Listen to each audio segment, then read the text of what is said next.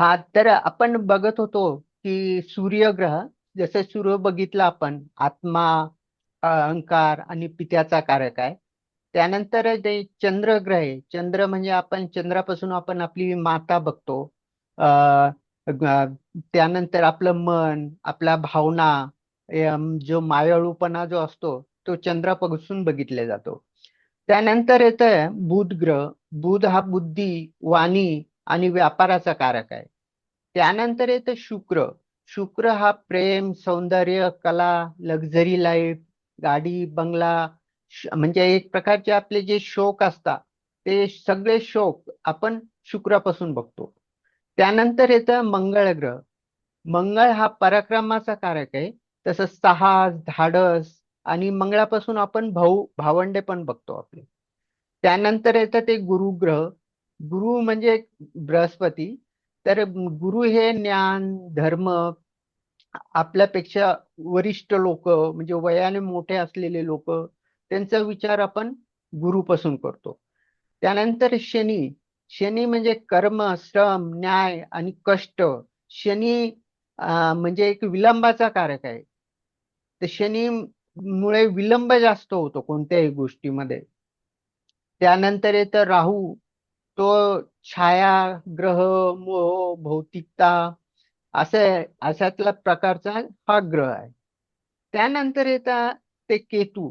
केतू हा पण छाया, अध्यात्म आणि मुक्तीचा ग्रह आहे. म्हणजे केतूपेक्षा राहू हा त्याची म्हणजे जी एक विचार करण्याची पद्धत आहे ती केतूची धार्मिक आहे. आणि राहूचे कोणतेही विचार न करता कोणतेही काम करणे, धाडस करणे, अ, जसे की आपण म्हणू शकतो की जसं त्याला काय म्हणता येईल, स्मगलिंग वगैरे, हे यांचा विचार पण आपण राहू ग्रहापासून असं केला जातो असं.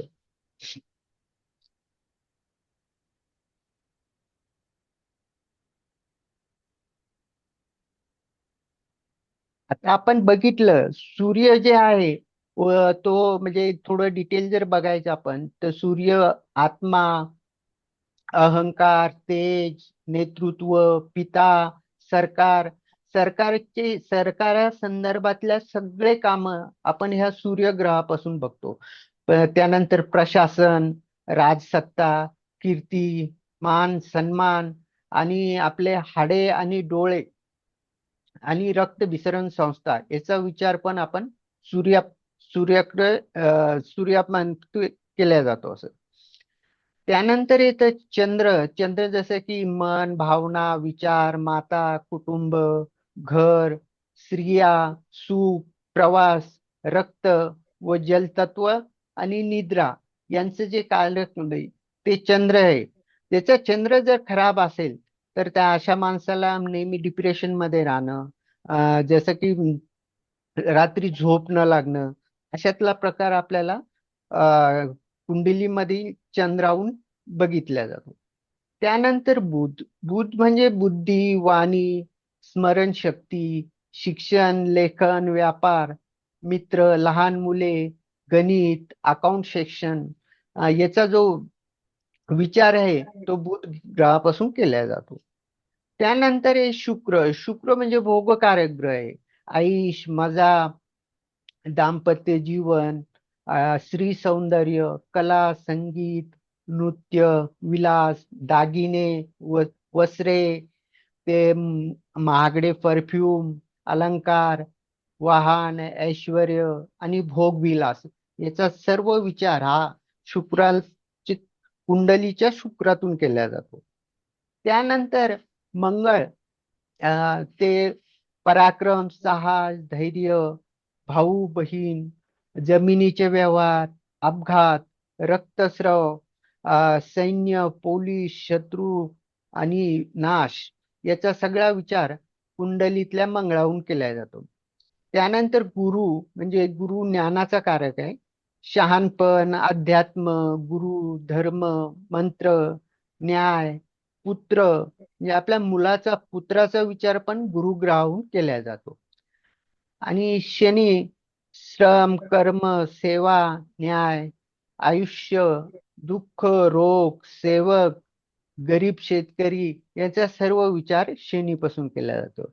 आणि राहूपासून परदेश भ्रमण, परदेश परदेश टूर आपले, भ्रम, राजकारण, जादूटोणा, सह रहस्य, अचानक घडलेल्या घटना याचा विचार हा कुंडलीतील राहूपासून केला जातो. त्यानंतर केतू, केतूपासून अध्यात्म, संन्यास, वैराग्य, मुक्ती, मंत्रसिद्धी आणि ज्याला आपण जादूटोणा म्हणतो, जे ब्लॅक मॅजिक, याचा विचार पण अ, केतूपासून केला जातो.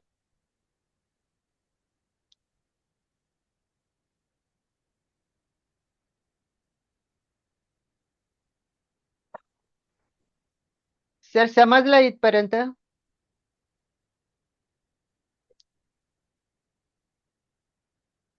इथपर्यंत समजलंय ना सर?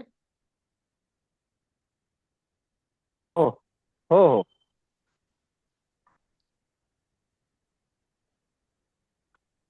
आता हे जे आता आपण जे बघणार आहोत, ती म्हणजे ग्रहांची दृष्टी बघायची आपल्याला. आता ग्रहांची दृष्टी काय असते सर? तुमच्याकडे पंचांग असेल ना? पंचांग आहे का? पंचांग, एक मिनिट. सर, पंचांग आपलं शिकवायचं अजून बाकी आहे ना? नाही, पण ग्रहांची दृष्टी त्याच्यातून बघायची होते आपल्याला. ठीक आहे, काही प्रॉब्लेम नाही, मी हो सांगतो तुम्हाला. हो हो. नाही, मी काढतो एक मिनिट सर, एक मिनिट.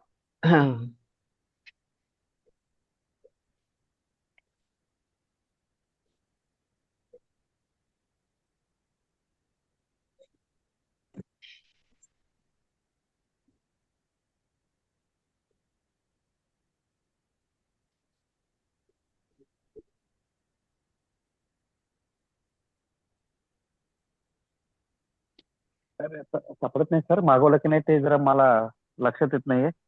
मागवायचं होतं ते, मला वाटतं ते दिसत नाहीये टेबलवर. बर, ठीक आहे सर, काही प्रॉब्लेम नाही.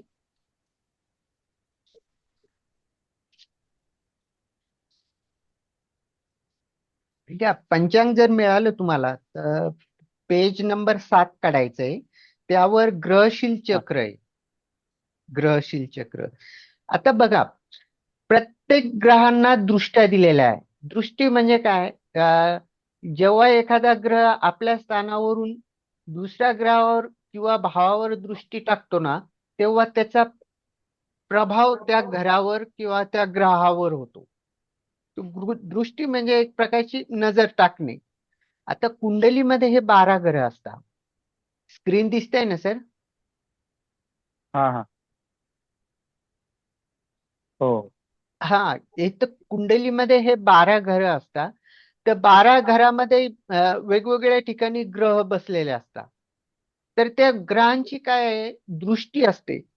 जसे की काही ग्रहांना फक्त एकच दृष्टी आहे, काहींना दोन दोन तीन तीन दृष्टी आहे. आता आपण जर इथं जर विचार केला आपण सूर्याचा, तर हे बघा, सूर्य जे आहे ना, रवी, त्याला फक्त एकच दृष्टी आहे. ती म्हणजे त्याची दृष्टी फक्त 7व्या भावावर जाते. आणि जे चंद्र आहे, चंद्राची दृष्टी पण फक्त 7व्या भावावर जाते. आणि मंगळ आहे, मंगळाची जी आहे ना, मंगळाला 3 दृष्ट्या आहे. एक चौथी, 6वी आणि 7वी, अशा 3 भावावर दृष्ट्या जात्या. आणि बुधाला एकच दृष्टी आहे, ती म्हणजे 7व्या भावावर जाते. आणि गुरुला पण 3 दृष्ट्या आहे. एक 5, 7 आणि 9, अशा 3 दृष्ट्या गुरुच्या आहेत. त्यानंतर शनी जे आहे, शनीला पण 3 दृष्ट्या आहे. शनीची ती एक तिसरी दृष्टी, एक 7वी दृष्टी आणि एक 10वी दृष्टी, अशा 3 दृष्ट्या आहे. आणि राहू व केतूचा आपण विचार करत नाही दृष्टीचा, तो विचारात घेतला जात नाही. काही काही याच्यामध्ये ग्रंथामध्ये उल्लेख आहे की राहूला पण 5वी आणि 9व्या भावाची दृष्टी असते आणि 7व्याची पण असते. तसंच केतूला पण असते. आता हे दृष्ट्या आपण कशा बघायच्या? सपोज आता आपला म्हणजे कुंडलीतला सूर्य म्हणजे रवी, रवी जर पहिल्या भावात असेल तर त्याची सातवी जी दृष्टी पडते, हे बघा 7व्या घरावर पडते.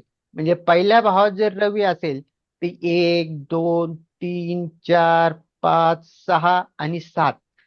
तर रवी जर पहिल्या भावात असेल, लग्नस्थानी असेल, तर त्याची दृष्टी जी आहे ती 7व्या घरावर पडते. आणि जर त्याचप्रमाणे आपण जर बघितलं की रवी इथं नमस्ता इथं बसलेला आहे, तर त्याची दृष्टी इथून 7व्या याच्यावर पडेल. म्हणजे जशी की दुसरा भाव 1, 2, 3, 4, 5, 6 आणि 7. म्हणजे रवीची जी दृष्टी आहे ती 7वी असते. तर 7व्या भावावर म्हणजे तो ज्या घरात बसलेला आहे त्या घरापासून 7 घरं, 7व्या घरावर त्याची दृष्टी पडते. तसंच त्याचप्रमाणे जर चंद्र जर असेल तर चंद्राची पण दृष्टी सेम आहे, 7व्याच भावावर पडते. आणि मंगळ जर असेल, सपोज आता मंगळ जर असेल इथे, तर मंगळाची जी दृष्टी आहे ती 3 याच्यावर पडते.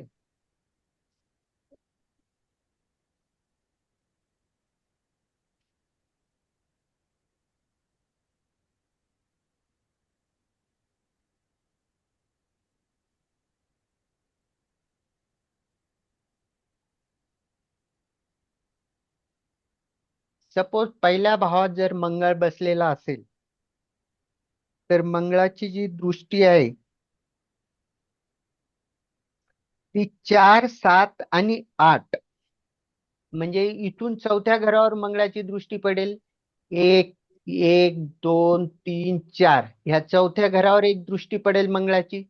त्यानंतर 7व्या घरावर पडेल, म्हणजे ह्या घरावर पडेल. आणि त्यानंतर आणखी एक दृष्टी असती म्हणजे ती 8वी दृष्टी, तर ती 8व्या घरावर पडेल.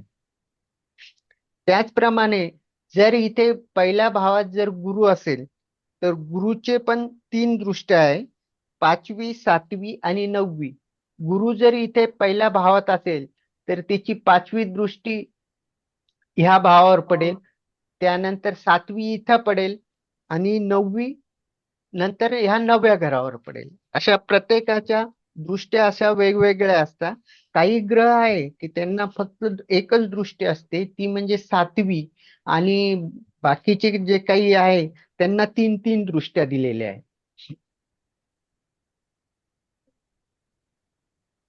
तर आता ही दृष्टी म्हणजे आपण कसं याचा विचार कसं करणार आपण, ही जी दृष्टी जी पडते तर त्यातले काही जे ग्रह असतात ते मित्र ग्रह असतात, काही शत्रू ग्रह आहे, काही समग्रह आहे. आता सम रवी जर इथं बसलेला असेल पहिल्या भावात आणि त्याची जर 7वी दृष्टी जर या 7व्या घरावर पडते, तर त्याचं जर इथं मित्र ग्रह जर बसलेला असेल तर ह्या घराचं जे फळ आहे ते चांगल्या प्रमाणे मिळतं. आणि त्याच्यात जर कधी शत्रू ग्रह जर बसेल असेल आणि रवीची जर त्यावर दृष्टी असेल तर त्याचं फळ हे कमी प्रमाणात मिळतं किंवा वाईट मिळतं असं. त्यामुळे हे जे आपले मित्र ग्रह आणि शत्रू ग्रह हे आपण पहिलेच ते समजून घेऊ. तर अगोदर ह्या दृष्टी फक्त आपल्याला बघायचं एवढंच आहे की पहिल्या घरात जर रवी बसेल असेल तर त्याची दृष्टी जी पडेल ती 7व्या भावावर पडेल. आता या 7व्या भावावर जर रवीचा जर मित्र ग्रह असेल तर 7व्या घराचं फळ जे आहे ते आपल्याला चांगलं मिळेल किंवा थोडं म्हणजे त्रास वगैरे होणार नाही. आणि तसे शत्रू ग्रह जर असेल तर मग त्या ठिकाणी आपल्याला म्हणजे फळ कमी प्रमाणात मिळतं किंवा मग थोडंफार त्रास संभवतो. तसं जर बघितलं आपण तर रवीचे जे मित्र ग्रह आहे ते चंद्र, मंगळ आणि गुरु हे मित्र ग्रह आहे रवीचे. आणि त्याचे रवीचे जे समग्रह आहे ते म्हणजे बुध आहे. बुध हा ग्रह सम आहे रवीसाठी. आणि रवीचे जे शत्रू आहे तर ते शनी, राहू आणि शुक्र हे रवीचे शत्रू आहे. मी तुम्हाला याचा कॅटलॉग वगैरे बनवून पाठवील. त्यामध्ये सगळं ते दिलेलं असेल. किंवा तुम्ही पंचांगचं पान नंबर 7 काढायचं. त्या 7 वर ग्रहशील चक्र दिलेले आहे. त्या ग्रहशील चक्रामध्ये पूर्ण वर्णन दिलेलं आहे. कोणाचे मित्र कोणते, कोणाचे शत्रू कोणते. आणि हे आपण सतत सतत जर वाचत गेलो तर आपल्या लक्षात राहून जातं. कारण हेच ग्रह इकडचे तिकडं बसलेले असतात. काही मित्र आहे, काही शत्रू आहे, काही असे हे आहे. आता रवीची जर आपण रास बघितली तर रवीची स्वतःची जी रास आहे ती सिंह रास आहे. आणि रवी हा मेष राशीमध्ये उच्च असतो. आणि त्याची मूल त्रिकोण जी रास आहे ती ती पण आहे सिंह सिंह रास आहे. म्हणजे 5 नंबरच्या जर रास पहिल्या घरात असेल किंवा कोणत्याही घरात असेल जिथं राशीचा आकडा 5 आहे तो सिंह राशीचा आहे. त्याच्यात जर रवी असेल तर आपल्याला चांगलं फळ प्राप्त होतं त्या घराविषयी.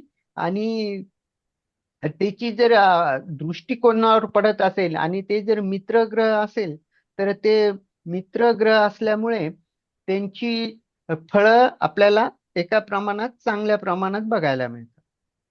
त्यानंतर जर आपण चंद्राचा विचार केला तर चंद्राची जी स्वतःची रास आहे ती कर्क रास आहे. आणि चंद्र हा वृषभ राशीमध्ये उच्च असतो. आणि तो जे आहे तो वृश्चिक राशीमध्ये नीच असतो. म्हणजे वृश्चिक राशीत जर चंद्र आले तर त्यांचं आपल्याला थोडं फळ कमी प्रमाणात बघायला मिळतं किंवा वाईट मिळतं असं. तसंच जर मंगळाचं बघितलं आपण तर मंगळाची जी रास आहे त्या 2 राशी आहे मंगळाला, एक मेष आणि वृश्चिक. तर मकर राशीमध्ये मंगळ उच्च असतो. आणि त्यानंतर कर्क राशीमध्ये मंगळ हा नीचचा असतो. म्हणजे कर्क राशीत जर मंगळ असेल तर तिथं त्याचे आपल्याला थोडेफार फळ कमी बघायला मिळतात किंवा कोणत्याही थोडे त्रास होण्याचा संभव असतो. पण जे जे होतं ते त्यांच्या दशेत महादशेत वगैरे त्यावेळेस ते केलेलं जातं.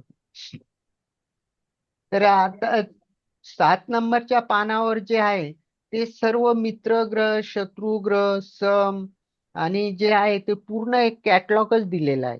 तर आपल्याला हे पाठ करण्यासाठी काय करायचं, त्याचं एक झेरॉक्स काढून घ्यायचं आणि आपल्या जवळ ठेवायचं. म्हणजे आपण कधी पण बघितलं तर आपल्याला लक्षात येईल.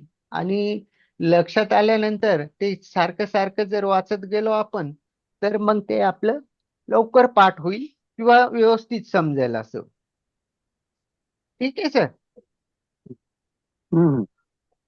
सर एक विचारायचं होतं आता, रवीची तुम्ही म्हणताय 7वी दृष्टी पडते, तर 7व्या भावात काही ग्रह नसेल तर मग कसं ते बघायचं?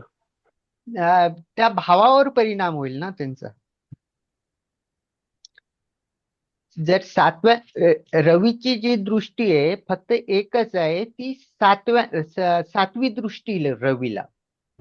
आता रवी जर इथे बर. असेल पहिल्या भावात आणि त्याची जर दृष्टी इथं 7व्या घरावर पडते तर या 7व्या हा. घरावर जर ग्रह नसेल तर 7वा भाव हा कशासाठी आहे आपण बघितलंय. प्रत्येक एक एक भाव आपण समजून घेतलेला आहे.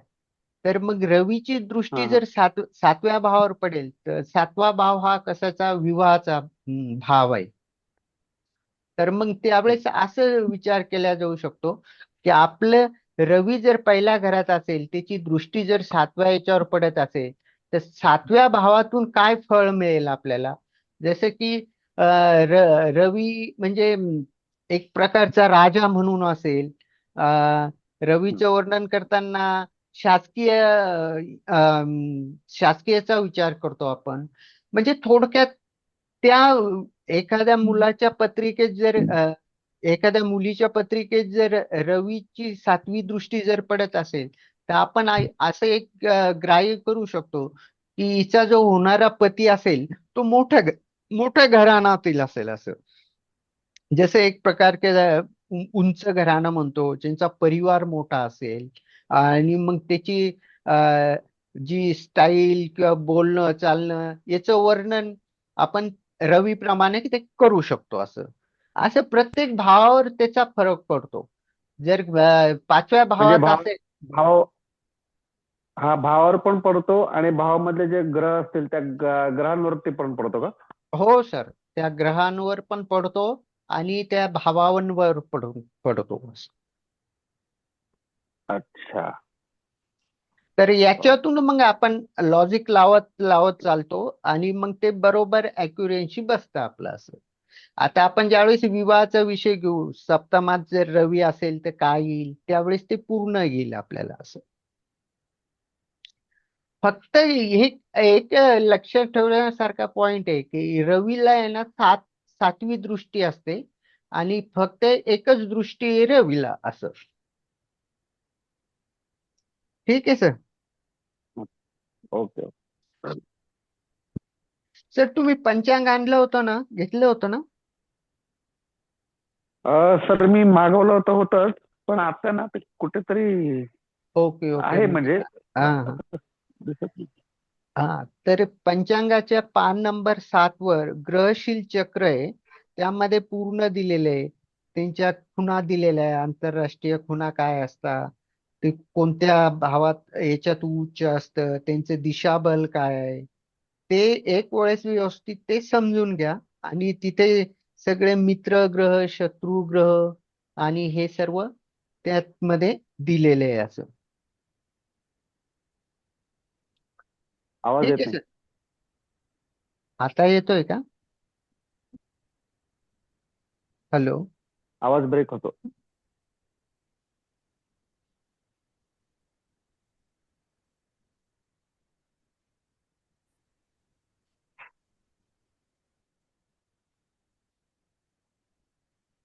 ठीक आहे सर, इथपर्यंत समजलंय का?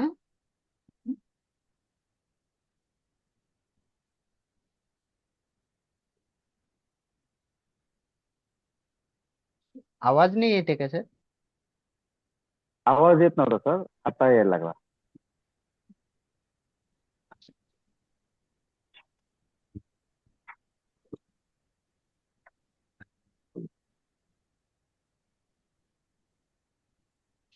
सर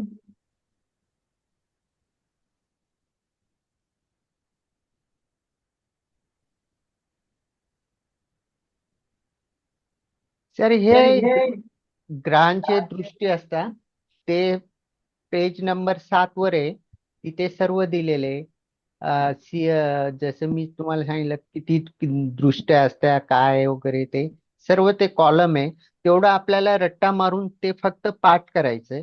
मग एकदा व्यवस्थित समजलं आपल्याला, तर मग त्यानंतर मग काही प्रॉब्लेम राहणार नाही. ठीक आहे सर. हा, पण हे कसे बघायचे सर? हे स्वक्षेत्राणी म्हणजे काय? उच्च क्षेत्राणी, उच्च भाग, नीच क्षेत्राणी. हा, ते हे जे क्षेत्रानी ना सर, म्हणजे आता बघा, सिंह रास जी आहे, रवीची रास आहे सिंह स्वतःची. हं? आणि मेष राशीमध्ये रवी उच्च असतो. म्हणजे मेष राशीमध्ये जर रवी आले तर त्यांचं फळ आपल्याला चांगलं भेटतं. आणि ते खाली नीच राशीत कुठल्या तुला राशीमध्ये जर आले ते, तर त्याचं फळ आपल्याला थोडंफार कमी प्रमाणात भेटतं. आणि त्यांची जी स्वतःची जी रास आहे ती सिंह रास आहे. सिंह राशीमध्ये जर रवी असेल तर त्याचं फळ पण आपल्याला चांगलं भेटतं. असे ते प्रत्येक ग्रहांची रास आणि उच्च नीच हे दिलेलं आहे. खाली त्यांच्या दृष्टी दिलेल्या आहे. इथे काही ग्रहांच्या 3 दृष्ट्या आहे, काहींच्या 1 आहे आणि काहींच्या 2-3 आहे असं. ते सर्व दिलेलं आहे इथे.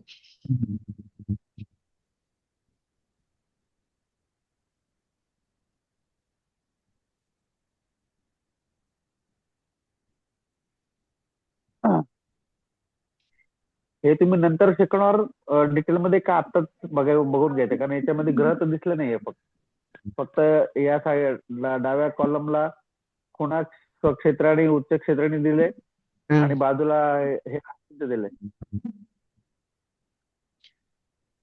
नाही सर, हे पुढे होणार आहे ना आपलं येणार आहे. हे एक तुम्हाला एक हा पूर्वकल्पना दिली. हा. आपण ग्रहांची दृष्टी जे अच्छा बघितली ना, अच्छा अच्छा. ग्रह ग्रहांच्या ज्या दृष्टी बघितल्या ना आपण, तर तेच हा. सांगतोय मी फक्त.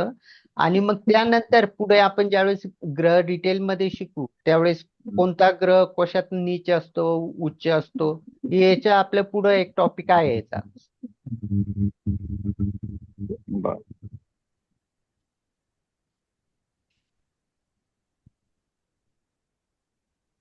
ठीक आहे सर. हो हो. आणि सर मागे काही प्रॉब्लेम आहे का? मागचे जे काही शिकवलंय त्यामध्ये काही अडचण होते का? काही असं भाग जो समजण्यासारखा, समजायला कठीण गेला असं काही? नाही, असं काही नाही झालं. फक्त पंचांगाचं आपल्याला म्हणजे एक वेगळाच आपण हे करणार होतो ना. पंचांग कधी का म्हणजे तुम्ही याच्या बरोबर पंचांग शिकवणार का पंचांग वेगळं शिकवणार ते जरा फक्त जाणून नाही घ्यायचं होतं. सर, हा पंचांगाचाच भाग आहे ना. हे जे तुम्हाला सांगतोय ना, पंचांगाचाच भाग आहे. हा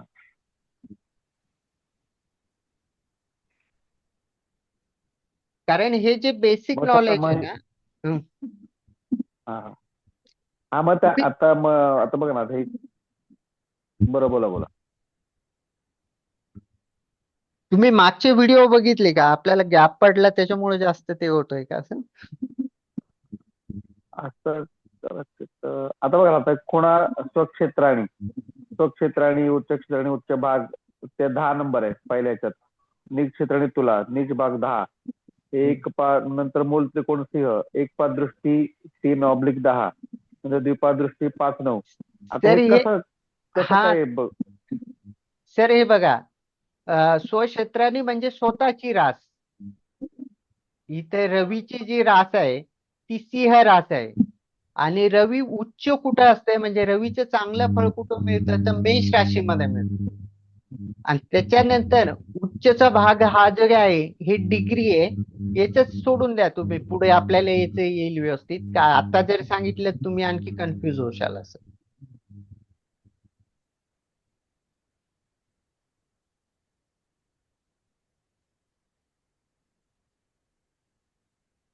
हॅलो.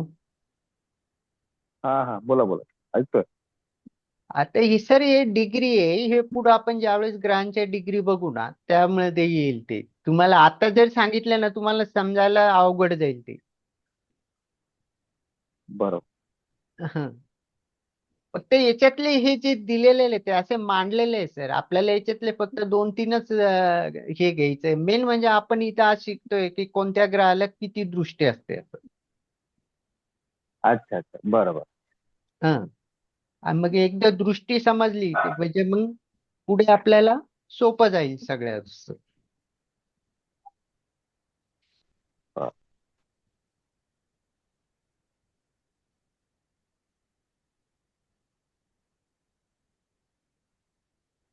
ठीक आहे सर.